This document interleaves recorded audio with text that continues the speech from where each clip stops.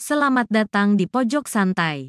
Sebelum Anda mendengarkan audiobook ini, kami menginformasikan bahwa channel ini adalah review audio dari buku yang ada di Indonesia. Untuk membaca keseluruhan buku ini, kami menyarankan membeli buku aslinya di toko buku kesayangan Anda, baik offline maupun online. Keberadaan channel ini dimaksudkan untuk membantu Anda mendapatkan pengetahuan dari buku-buku kesayangan Anda. Jangan lupa untuk subscribe, like, dan komen. Selamat datang di Pojok Santai, channel khusus yang membahas komik dan novel dengan cara asik. Kita mulai menapaki serial buku ke-15 Wiro Sableng dengan judul Mawar Merah Menuntut Balas. Siapkan dirimu Kisanak, kita akan memasuki dunia persilatan yang penuh intrik dan tipu daya.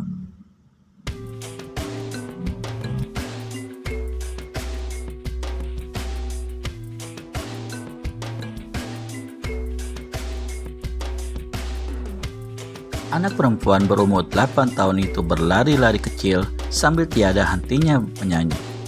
Di tangan kanannya tergenggam lebih dari selusin tangkai bunga yang baru dipetiknya di dalam hutan.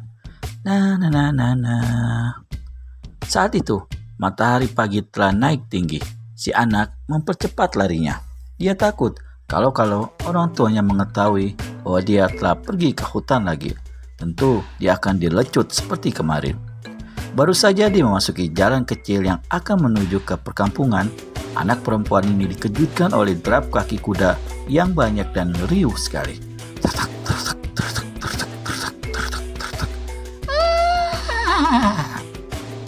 Dia tak ingin mendapat celaka diterjang kaki-kaki kuda.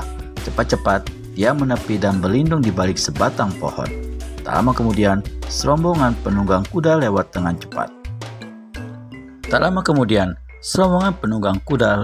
cepat. Si anak tak tahu berapa jumlah mereka semua, tapi yang jelas amat banyak dan semua berpakaian serba hitam. Rata-rata memelihara kumis melintang serta cambang bauk yang lebat. Tampang-terampang mereka buas bengis dan masing-masing membawa sebilah golok besar di pinggang. Meski rombongan penunggang kuda itu telah berlalu jauh, namun debu jalanan masih berterbangan menutupi pemandangan.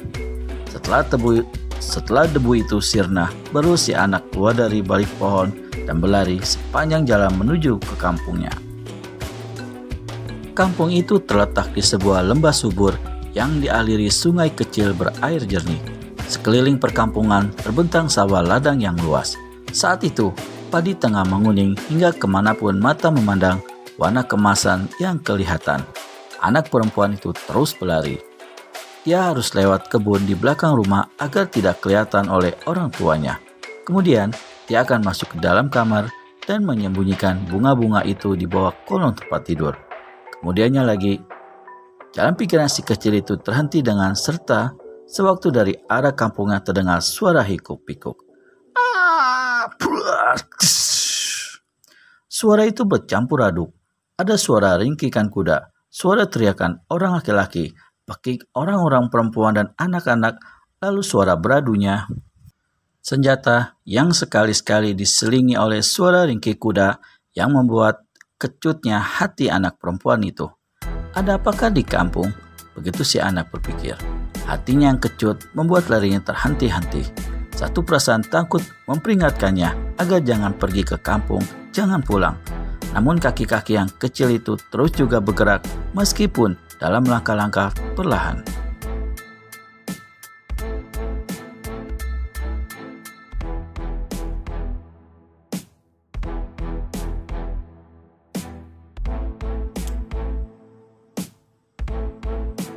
Dilewatinya kebun di belakang rumah dan sampai di sebuah gubuk reot. Gubuk ini adalah tempat ayahnya menyimpan segala barang-barang rongsokan. Justru di sini anak tersebut menghentikan langkahnya. Sekujur tubuhnya gemetaran. Parasnya yang tadi kemerahan karena berlari saat itu berubah menjadi pucat pasti karena ketakutan.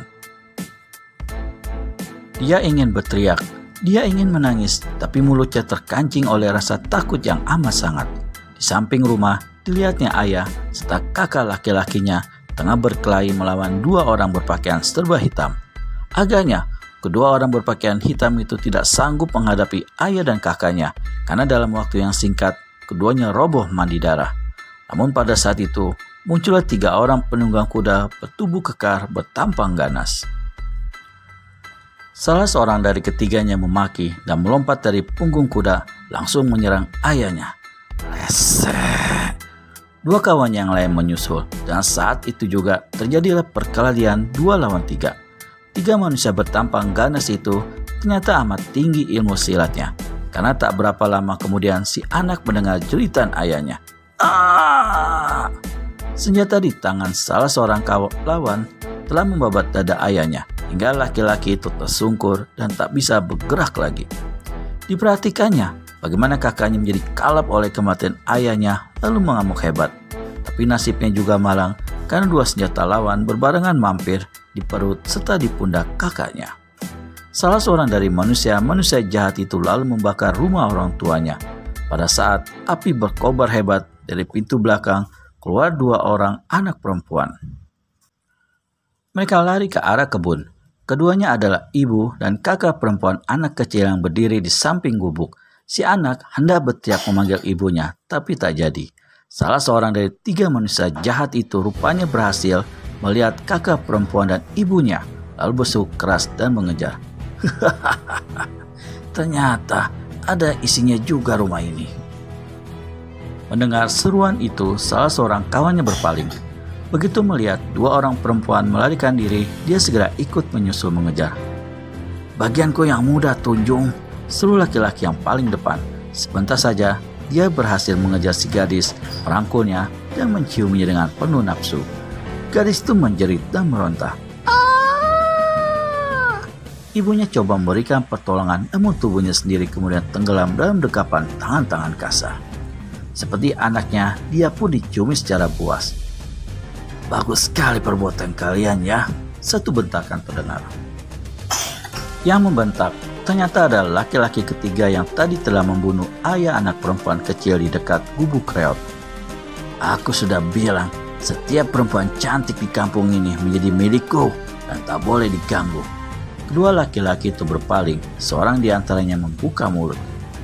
Bayunata, sudah lebih dari selusin perempuan di kampung ini kau nyatakan milikmu.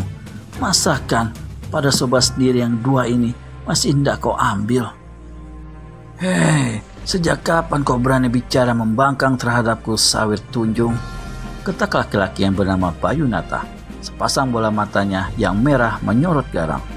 Mau tak mau, Sawir Tunjung terpaksa melepaskan rangkulannya dari tubuh padat si gadis. Begitu lepas si gadis hendak melarikan diri, tapi Bayunata cepat mencengkram bahunya, memutar tubuh gadis itu hingga paras mereka saling berhadap-hadapan dekat sekali. Sawir Tunjung, ini adalah gadis yang tercantik di seluruh kampung dan kau hendak mengambilnya. Ujar Bayunata menyeringai dan tertawa gelak-gelak. Kawannya yang bernama Sawir Tunjung memencongkan mulut lalu meludah ke tanah. Kalau tidak dia, biar yang ini saja untukku, kata Sawir Tunjung seraya menunjuk pada perempuan berumur sekitar 35 tahun yang tengah didekap oleh kawannya bernama Singgil Murka. Tidak bisa, Singgil Murka memberi reaksi. Ini punyaku, sampai saat ini aku belum dapat satu perempuan pun. Kalian berdua tak perlu berbantahan, perempuan itu pun harus menjadi milikku. Memang, Bayunata adalah seorang laki-laki bernafsu besar yang tak boleh melihat perempuan berwajah cantik. Semuanya ingin dimilikinya, sekalipun saat itu lebih selusin dari perempuan-perempuan kampung telah diambilnya. Singgil Murka dan Sawir Tunjung menggerutu habis-habisan. Bayunata sebaliknya malah tertawa. Kelak kalau aku sudah mencicipi mereka, kalian bakal mendapat bagian yang lumayan. Jadi tak perlu menggerutu kan? Kau keterlaluan Bayunata, ujar Sawir Tunjung. Diam! Bayunata membentak marah. Bawa perempuan itu ke kuda dan awas kalau kau berani mengganggunya. Siapakah 3 pria itu? Temukan jawabannya di video selanjutnya hanya di channel Pojok Santai. Segera subscribe dan tekan tombol lonceng untuk mendapat notifikasi video terbaru dari kami. Terima kasih dan sampai bertemu kembali.